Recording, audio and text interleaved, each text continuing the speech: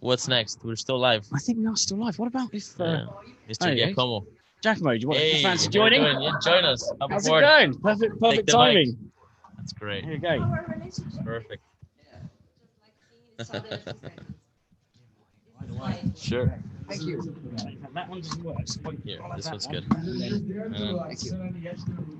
So, how's it going, Giacomo? Very fine, thank you. What about you guys? Good. Pretty good. Yeah, pretty good. Great conference. Any highlights so far? Any? Highlights so far. So any talk or panel that's been specifically? Well, Obviously MERS. so yeah, exactly. The highlight of the day is the keynote speech by Mir, of course. But then basically any panel after that was good because I was in it, so it's okay. And I think Ugly Old Goat pointed out that the price has been slowly going up since the conference started. So do you think it's the unconfiscatable effect? Okay, so remember to short after Sunday. Yeah. Until the Mad Bitcoins tour starts, because it always seems to moon as soon as he's going abroad. Oh, that's a good signal. I mean, you can use it as an indicator. Okay. Definitely. Better than Never CNN did like indicator. Never short the Mad Bitcoins. So, the Euro talk. After technical analysis, fundamental analysis, podcast analysis is the third way to go. Okay. The next level. I mean, there's people that do star analysis, right? So like we are on something retrograde Mars thing, or it's going down, man. The podcast one is new. Nice. Yeah, that's a new one. So there's talk about the how there's the Bitcoin standard staff, right? Yep. And now there's that one, so anybody can buy that one. It's 1.5, I think 1.5 Bitcoin for that one, right? $1,500 covers the cost, and the rest is a stipend for the next award. The next award is a shield, and that shield goes to any developers that we find a way to select as the defenders of Bitcoin. Yeah. And then Tom Vase came up with the idea of coming up with a sword. And the sword, I think, should go to the shit poster, lead that shit would be poster. nice. Yeah, right. So like financial standardization, and then defensive development and offensive shit posting. That's a very good triad. I like it. Yeah. And you're one of the Trinity. For that that would be very nice. I mean, I'm such a nice guy, so I don't understand why people say that about me. So what's the problem? Yeah. Malicious is So is there anything interesting you're working on at the moment that you want the audience to know about, to check out? What I did here was actually very interesting to me because the past 3 years I mostly did consulting. Yeah. And consulting is basically very good for money because you can negotiate a good deal with the banks and stuff like that. But it's very bad for your mental health because it's boring, annoying, stressful. You have to basically, the idea about consulting is that these clients will come up with very stupid ideas, and you have to listen to that and then be very polite to try to destroy the ideas nicely and softly.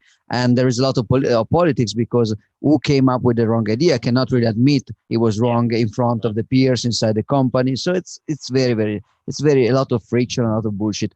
So education, on the other hand, is very difficult to monetize because it's easy to scam banks, but it's not so easy to scam good people like you guys. No, jokes apart. Even good education is difficult to sell because there is still so much free content that everybody feels a little bit entitled to have free content. You see a developer, explain me this stuff. You have to for free. Everything people is entitled, and there is a lot of noise and not a lot of signal, so much that people cannot even understand which is noise and which is signal.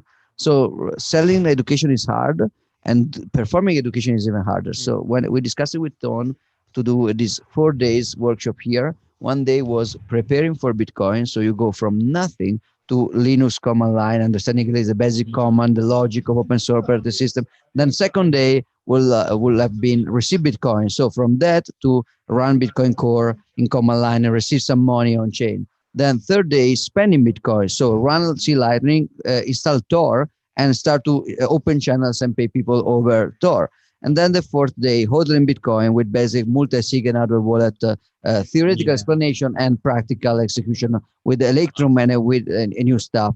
So that was the idea, but then it was not practical to do that in 4 days. So the idea was, let's do it in 2 days. And so I told Tom, in 2 days we can just do the basic, like preparing to and running and like receiving, which is boring because people was very passionate about. People want everything, so they wanted multisig and they wanted Lightning. So we did everything in 2 days. which was super.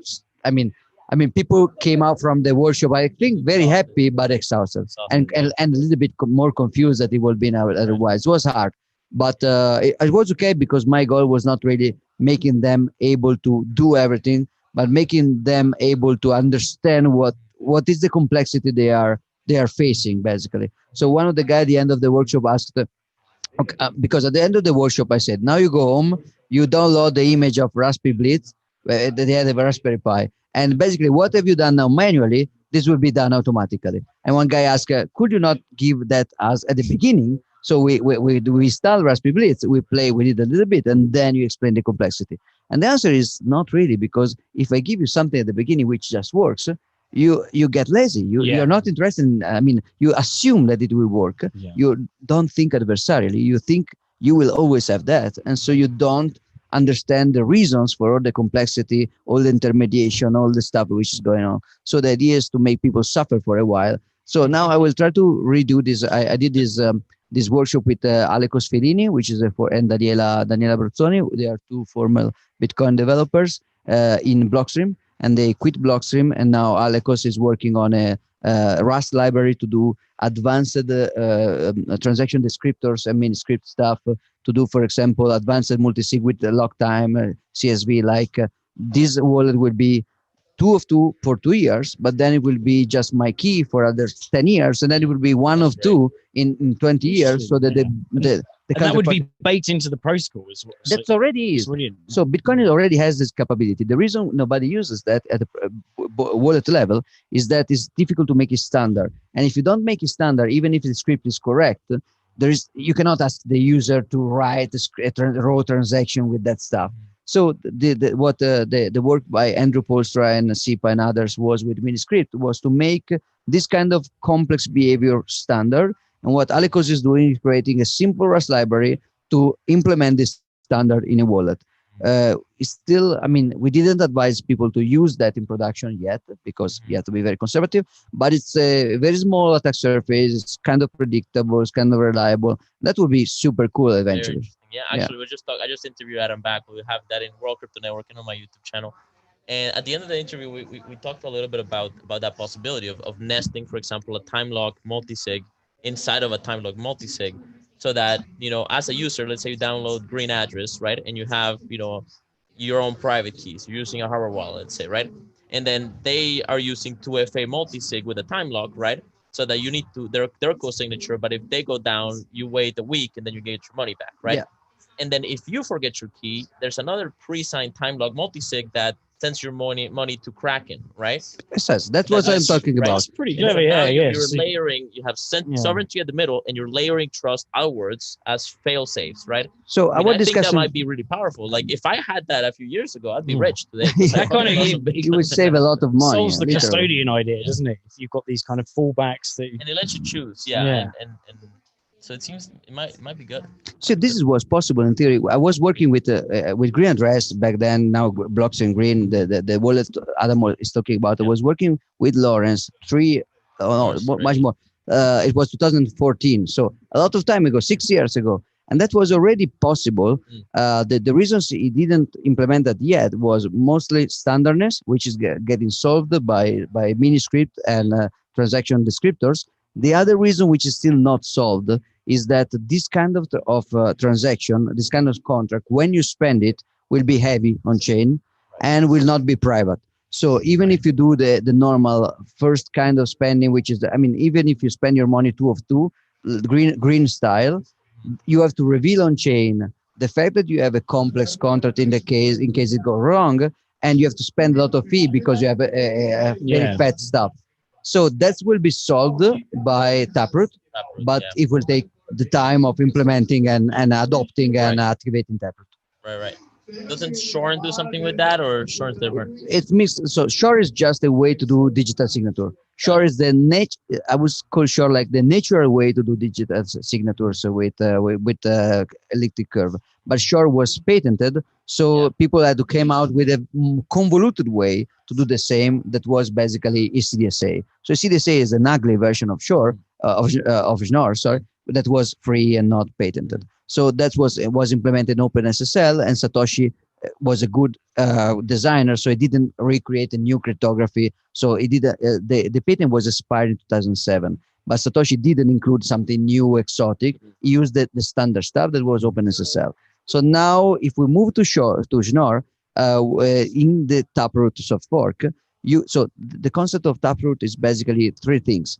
One thing is pay to contract. Pay to contract means that you take a public key, you take some kind of information, and you add the information hash to the public key, so that when you add the same information to the private key, you can you already have a valid signature again. So it's homomorphic encryption. So the idea of Taproot is basically must. Must is a Merkleized syntactic abstract tree.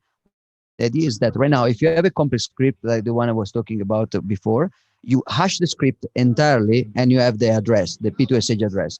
But that's bad, because when you want to reveal it, you have to reveal everything. With must, you segregate the single pieces of the script and you Merkleize and you publish the Merkle tree.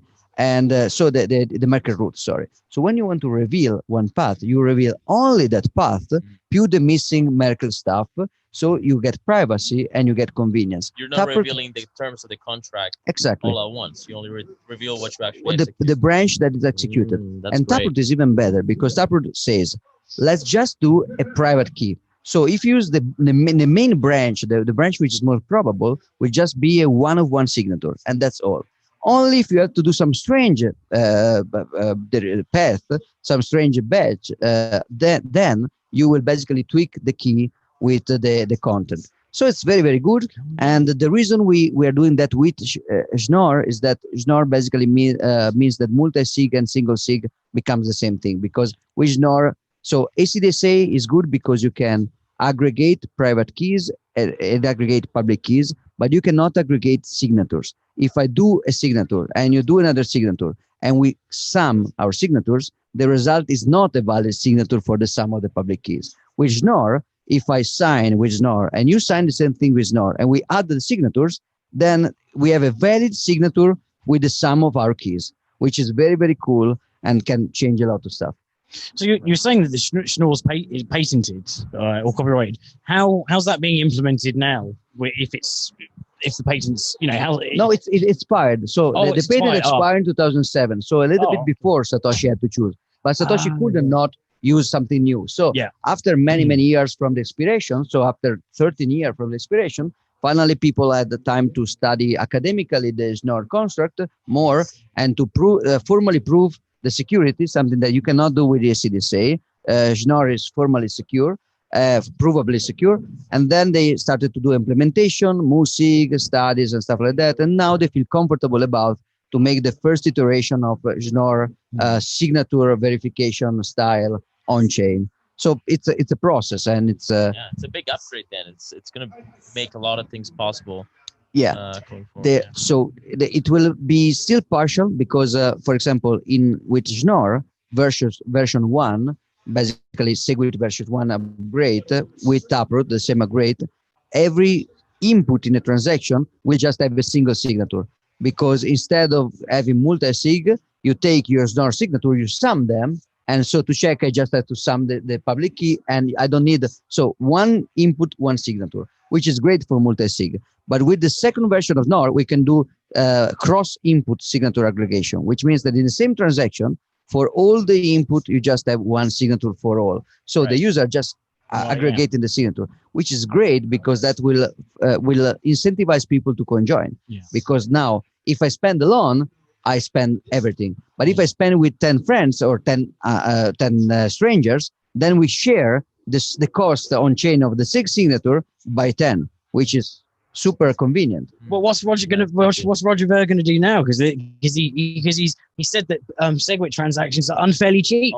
So when Schnorr signatures come in, then Roger's not bounded by consistency, or so that's. So the first level benefit then is as I understand it with Schnorr, is multi-sig can be condensed down into one signature, so you're saving a lot of space. Then the second level would be someone sending 100 transactions from the same address is one signature again for that. Not from the same address, from different. I have to send a transaction. I have to put a signature on chain, but you also have to send a transaction. you also do, and you also do. So the four of us with the coordination, even if we don't trust each other, just put the four different input together, and we sum our signatures, and we put only one signature, so we can share the cost of a signature, which is big. The signature is the witness, is the heaviest part of the transaction, and we share the cost by four. So now we want to conjoin. It's not from the same address. Everybody is spending. Well, there is not a spending address, but anyway, as a metaphor, everybody has a spending address, and we just put our address together, and we sign just one with the sums of the signatures.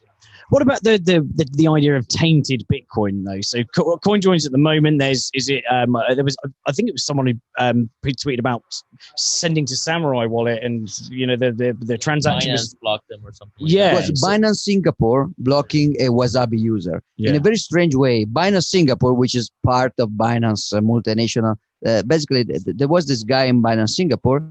He withdrew Bitcoin on his wallet non-Wasabi. Then he made a hop on chain to himself, and then another one to Wasabi. And Binance used traced that and wrote him that you can't. That was comical because they basically said to him, we cannot condone stuff like peer-to-peer mixing or gambling.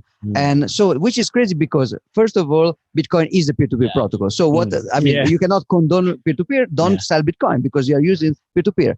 Mixing Bitcoin at the fundamental level is completely a mixer. The reason it's not used as a mixer is that wallet implementation is difficult, so people is just using their own input. But at the transaction level, there is no link between input and output. So every transaction is a mixer since the beginning of Bitcoin. It's just not easy to use it like that.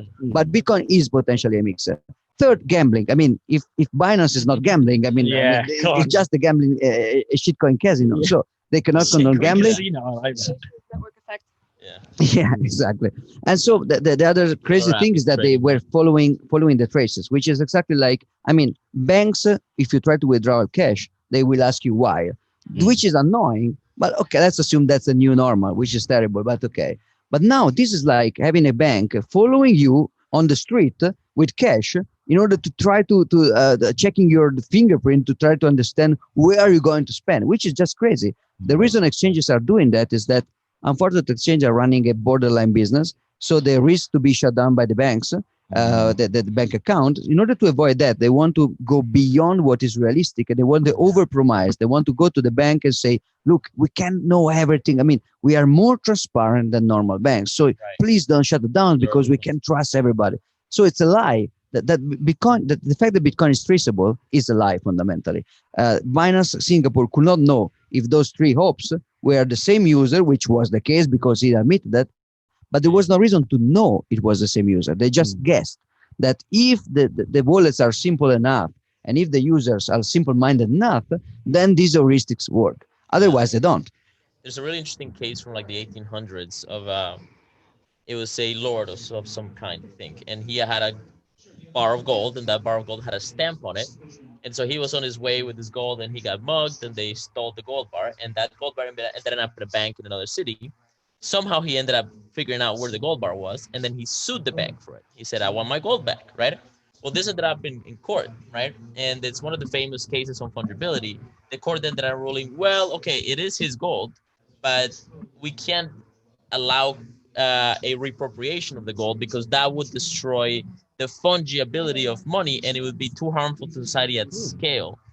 And so, sorry, you just lost your gold, right? That's exactly it. That's interesting. I'm curious if that will ever come up in this sort of tensions as we see more privacy versus surveillance versus compliance. Yeah, one strong difference that back then the legal system was not shaped in a way that in order to prevent people from using gold. Gold was money. The legal system was the legal system. The government didn't have monopoly of money. Gold was money. So the legal system could actually rule in that way. Right now, we'll be more skeptical because now the government has a strong interest into not helping the fungibility of a competitor, Bitcoin. So, and the governments are not bounded by consistencies, just like Roger Ver. They don't have to tell the truth. They keep the same kind of narrative. So it's true. Somebody says, for example, in the US, the US Marshals sold Bitcoin in auction. So they cannot ban Bitcoin because it was sold in auction. Yeah. It's true, but the U.S. government sold in auction gold as well. And then Roosevelt came and they made gold illegal for private persons. So, I mean, they normally, if you have good rule of law and maybe if you have common law in the US is stable, you don't expect something like that in normal situations. But that economical crisis happen, wars, and they will just pass any kind of extraordinary law to screw up any kind of precedent about that. So I will not trust I will not trust courts to enforce fungibility. We do have to enforce fungibility at the technical level. Definitely has to be done at the technical level.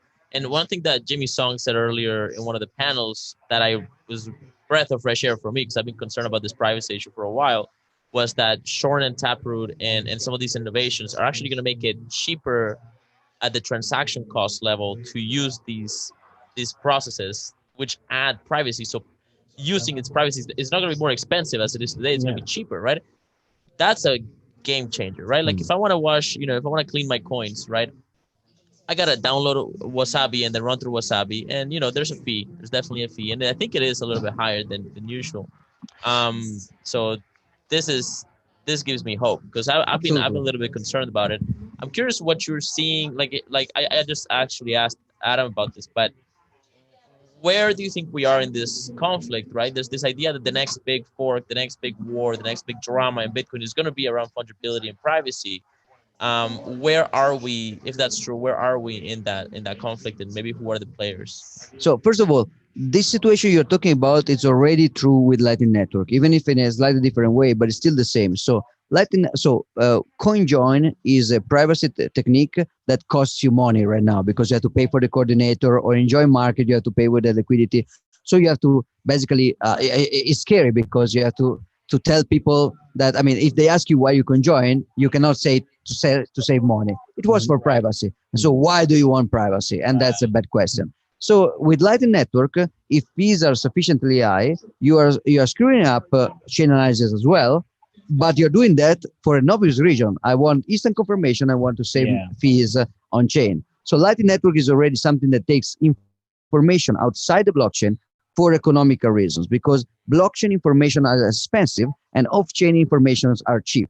Of course, that opens up other attacks. Like in Lightning Network, you don't have chain analysis anymore, but you have network analysis, which can become more. You have to do store, otherwise people will know about your node and your IP. So it becomes more important to preserve network privacy. But chain privacy with Lightning is solved by economic incentive. Of course, Schnorr and Schnorr 2, so signature aggregation, will in cross input will make CoinJoin an economical convenient activity too. So as Jimmy said, if you have a good fee market on Bitcoin, so high fees on chain, and people will have to move to CoinJoin in order to save space with Schnorr cross input aggregation.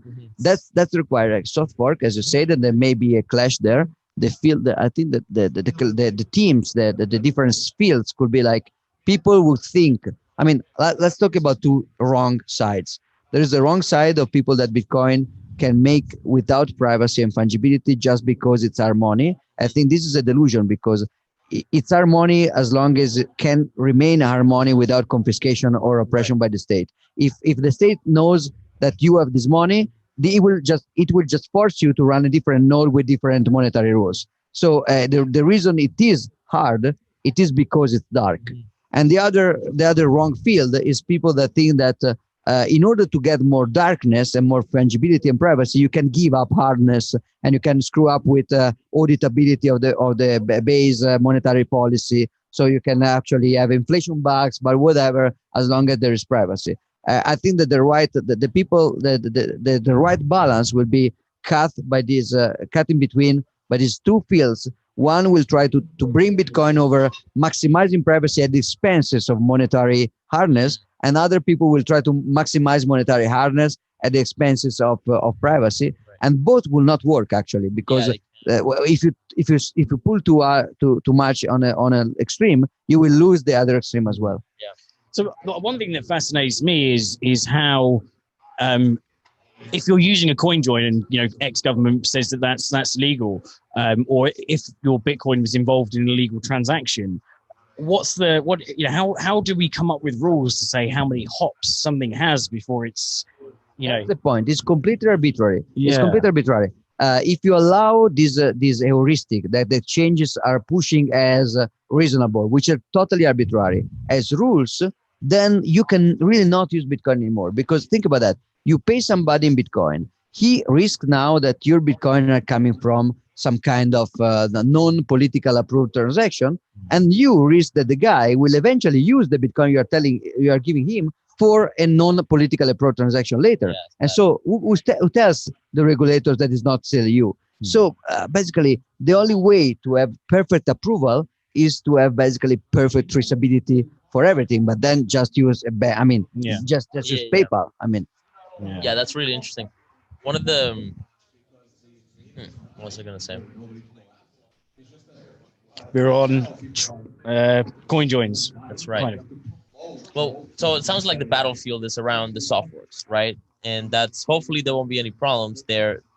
I haven't heard anything about the sort of the next soft fork, any drama around it. Seems like everything's kosher, things are moving forward. Um, well, it's very early. it's One of very the early. reasons Where's the flag? Where's the flag? one of the reasons Segwit fight was strange is that when Segwit was being discussing technically, there was literally no objection whatsoever. It was complete technical hack by anybody. So this was the debate happened, and everybody was fine with the debate. Nobody raised any question. Actually, one objection was Luke Dasher said the discount on the block size is wrong. We shouldn't do that. But everybody disagreed with him, and so Luke said, "Okay, whatever." I think he was right actually, but anyway, he lost this argument, and so everybody was for the discount. So at this point, Segwit was non-controversial. Then they used this BIP9 that was basically, please, dear miners, we are enforcing this rule because it's not controversial. You have to signal that you are ready, just in order not to mess up. So signal you are ready, and when you signal you're ready, we will activate. And the miner and other people tweaked this kind of readiness signaling into a political voting. So a new debate started, which was not technical, but just political. So now we have to decide. Now we are the miners, we are the voters, and we decide, which was completely not the case. So right now, the technological debate about Taproot is still not over, but it's very, very non-controversial. I mean, that it's clearly, a Schnorr is clearly better than a CDSA. And now, when you arrive to the actual proposal and to the activation, you will have to make the decision. Like, do you flag a date and just activate? Like Gavin Andreessen, when he activated P2SH, he said, I mean, at this date, I activate. So do whatever you want, but this is going to happen. Now, fortunately, the network is not like that anymore. We cannot do that anymore. But allowing miners to signal is still, it created this narrative of voting by miners, which is not the case. So, I mean, I think that in the moment we will select an activation method, there will be some, I don't know which was, it's more reasonable, and there will be debate there. And it's not necessarily the same activation method as with Segwit. No. It could be something else. Could be something else. Could be like readiness plus activation flag. There is like BIP8 is Readiness. this idea. Yeah, readiness is basically this. The idea is it will activate anyway, but in a very long time. If miners signal that they are ready now, we activate it before. So the miner cannot store it forever. So the incentives to get political are lower because eventually this is going in. So don't try to play political games. Sure. But in order to be safer, in order also to be quicker, if you signal that you're ready, we can go sooner. That's pretty good. Is there any resistance at the moment from any camps saying that they're not happy with Schnorr going in, or is it pretty much a dead set? And I think that this kind of there was one email from an anonymous group of developer which was criticizing Taproot as it is done now, and that may be seen as the first technical disagreement about Taproot. Now that things are getting real, but that's the only signal of disagreement I've seen so far. And when do you think it's likely that Taproot and Schnorr is going to be implemented? That's I think that's very hard to say. Yeah. It depends. It really depends on the activation method. I think when you see the activation method proposed, then you can start to guesstimate a little bit. Right now, it's not even testnet. I mean, we still have time. We have to finalize them smart people have to finalize the design, put it on testnet, write it on testnet, test it for 1 year, at least. and then you need to start the activation process. So not less than 1 year, because I think nobody would be comfortable to have something in production that was not run at least 1 year on testnet. Segwit was run way more than 1 year on testnet. So more than 1 year. I really hope less than 3, even because then we need version 2, which is super cool. And we cannot have that in 10 years, because I think in 10 years, soft fork will not be possible anymore. Yeah, time is definitely ticking.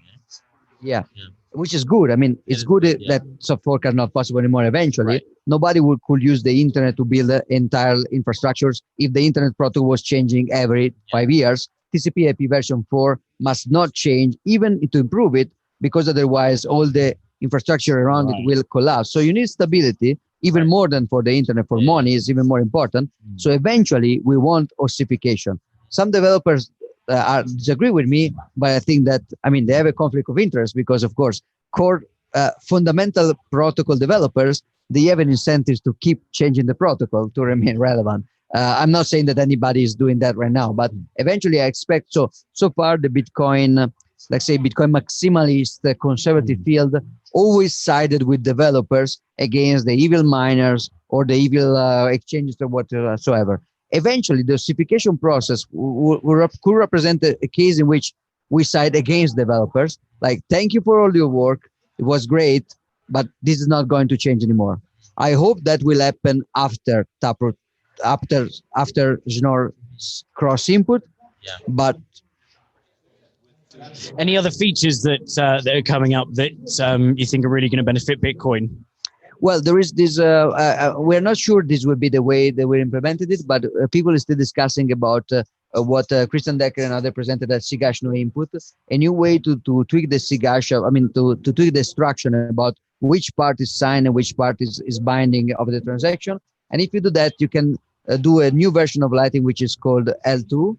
And L2 is particularly interesting because basically you can do multi-sig channels. So you can have like 5, 7 people with Taproot, maybe even 100 people inside the same channel. So you not only can route through channels, but you can have also giant channel. Of course, if one of the guy of the channel goes down, you have to close the channel. So it's still not, you cannot get all the population. They are static channels. You have to have everybody online for the channel. So it's still limited, but you can have pretty good scalability with that. And also the second point of L2 is that right now, every Lightning node has to keep track of all the previous states. You cannot lose them and you cannot leak them. Otherwise, you can be attacked. So they are toxic waste. You cannot destroy them and you cannot publish them. With L2, you get to store just the last state, which is not a toxic waste. So you can store just one last state and you can put it on GitHub or on Passbean and nobody can attack you. So it doesn't matter, which is pretty cool. I mean, for the scalability, Lightning L2 would be cool. I don't think they're going to make it possible with Taproot this turnaround. I think this is another, but I think it's still contentious if they want to put it in or not. Good stuff, man. Yeah, a lot of interesting times. I got another question. So, CEO of Dropit, I believe, just got arrested earlier. I don't know. I've never heard of Dropit till recently, but turns out the guy, he's accused of running some sort of Bitcoin mixer, right? Now, the actual indictment seems to be about something completely unrelated to Bitcoin mixing, but still Bitcoin mixing is being talked about in this case. Obviously, that service went down. And with Wasabi Wallet, I don't understand technical details. I'm probably gonna get back for this, but there is sort of like a third party server that's at least aiding the process, even though they don't have control over anything other than the fact that it has to run on somebody's computer that's fast enough. So this sort of spectrum sort of third party trusted sort of privacy enhancing situation.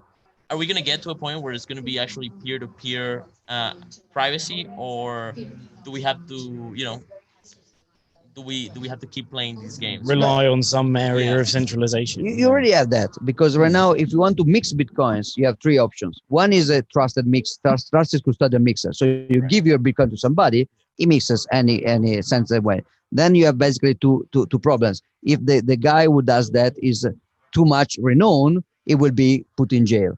And if it's too much anonymous, it will survive the government, but will eventually go away with your money because they send the reputational incentives to not tax a scam if you don't have a reputation. I mean, the same stuff that protect them from the government protect them from us, and so they will eventually exploit it.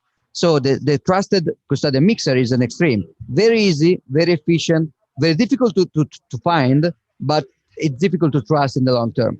Then you have stuff like Wasabi, which is not custodial, not trusted, but still centralized. So you have a central coordinator. It's likely that we'll have less legal troubles because of two reasons. The first is that from a juridical point of view, they are not really keeping other people's money. They're just helping coordinating. So they may have more lawyer ground to move a little bit. Non-custodial, it's right? not custodial. Yeah. That will not stop the government from trying to eat it, but it could slow it down. It could make more time, etc., etc. The second point is that the code is such that right now the Zca's next, I don't remember the name, company by Nopara is managing the coordinator. But if that goes down, it's open source. You can fire up your Wasabi, your version of Wasabi. Of course, it will not have the same liquidity because you have a coordination problem. But if Wasabi goes down, you start it again. It's out of the box. You cannot stop that technology. And then you have the other extreme, which is join market. Join market is a peer-to-peer coin join structure where peers connect to each other without any coordinator. They sell and buy mixed liquidity, and it's working. Of course, everything which is decentralized and peer-to-peer is harder, slower, more expensive with less unlimited set. You have a trade-off. So worst case scenario, we can still use join market. Why is it that happens? You know, like you look at BISC, I don't know how much liquidity they have these days. I'm assuming it's grown over the years, but it's the most private market there is, and yet it really is liquidity. It really isn't competitive, right? Decentralization is inefficiency, always. Basically, centralization is specialization. You have one set of nodes that specialize in some behavior. So your system becomes more fragile because if you take down those nodes, the system fails. But it's more efficient because now you get division of labor. You have the cooking node, and you have the fighting node, and you divide the labor across specialized actors. So the system is fragile but efficient. Decentralization means redundancy. Every single node must be able to do everything independently. So you cannot shut the system down. It's super anti-fragile, but it's super inefficient. It's a little bit like bacteria versus human beings. Human bodies are very specialized. The tissues of human bodies are specialized. But killing a human is pretty easy. You just have to shut a gun at them. Killing a colony of bacteria is quite difficult with a gun. You cannot with a gun, but they cannot do the stuff that human bodies can do because they are inefficient. They are redundant. They waste a lot of energy. They waste a lot of resources. So the centralized system like Bitcoin actually, and BISQ, and BISQ has a little bit of centralization for the arbitrage. Anyway, they're trying to decentralize a little bit, so it's a little bit on the middle. It's probably closer to Wasabi, to be completely fair. But like joint market is decentralized, and a mixed custodial service is centralized. The centralized one is cheap. It's even better for privacy as long as it works, because it's not even easy to understand where you're using this kind of centralized service. But do they run the risk of being trapped under or evading a money transfer license? I read that. Yeah, but if you're really concerned about the risk, I don't see why you're using Bitcoin in the first place. Yeah. So I mean, that's true. But the point is that if I can use fiat, I use fiat. I use Bitcoin when fiat is forbidden. And if fiat is forbidden, sure, I run the risk, but that's what I'm doing.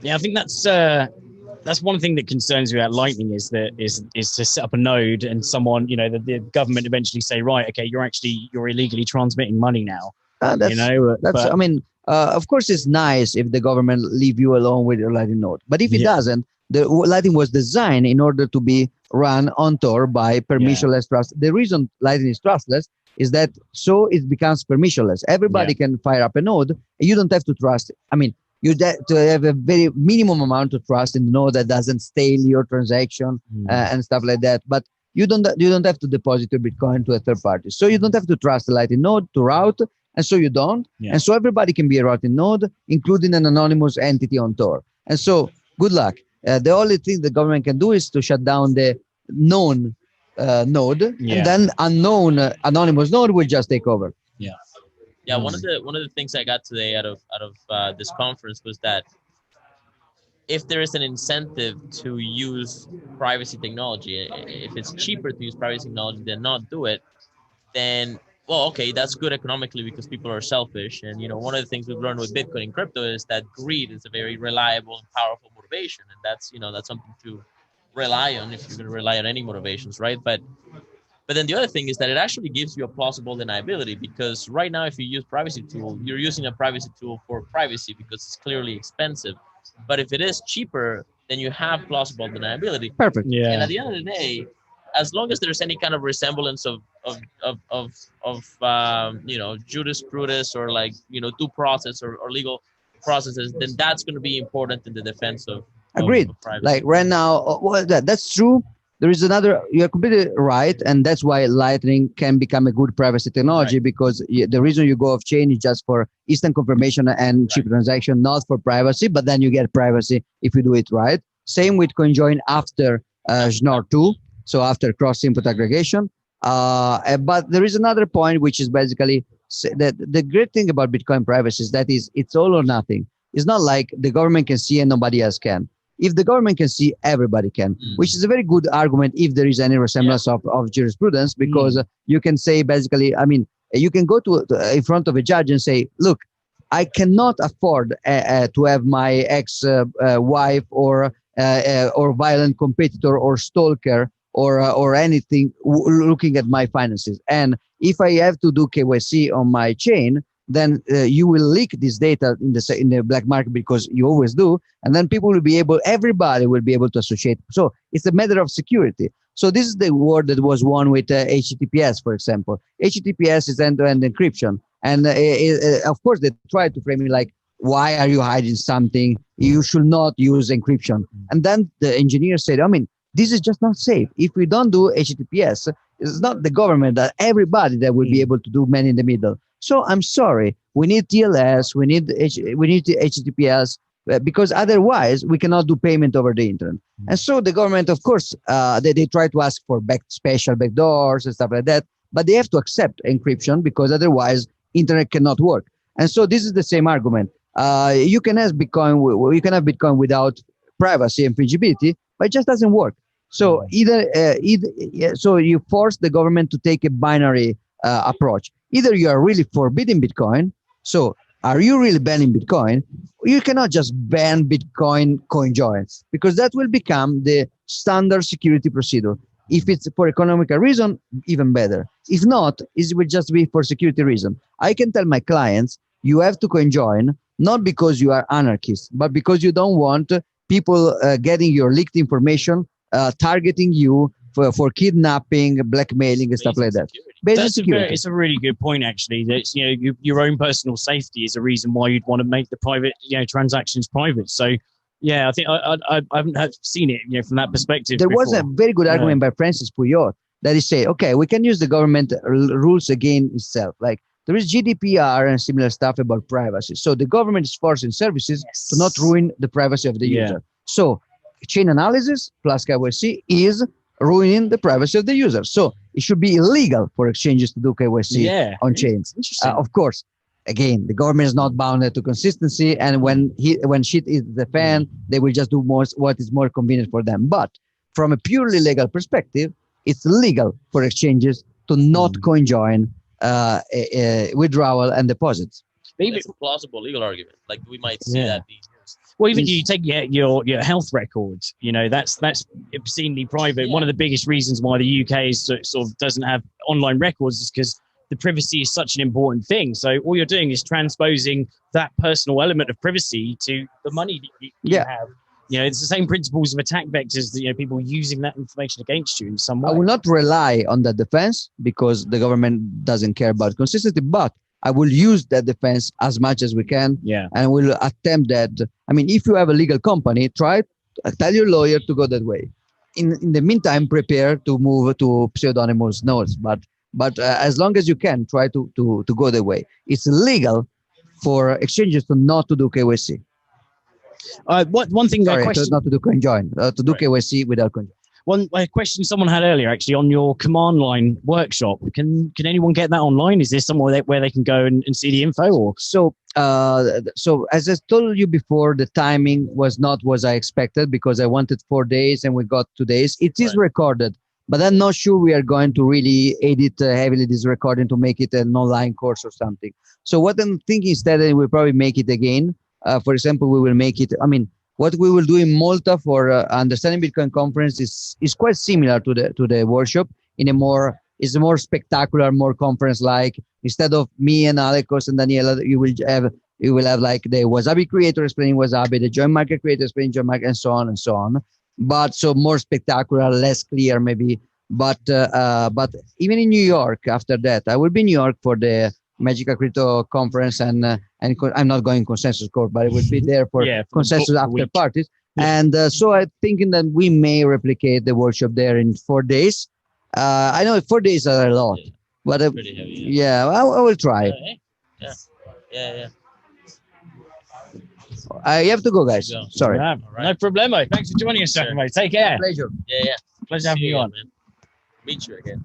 Oh, what? Right. Are you off as well? I think I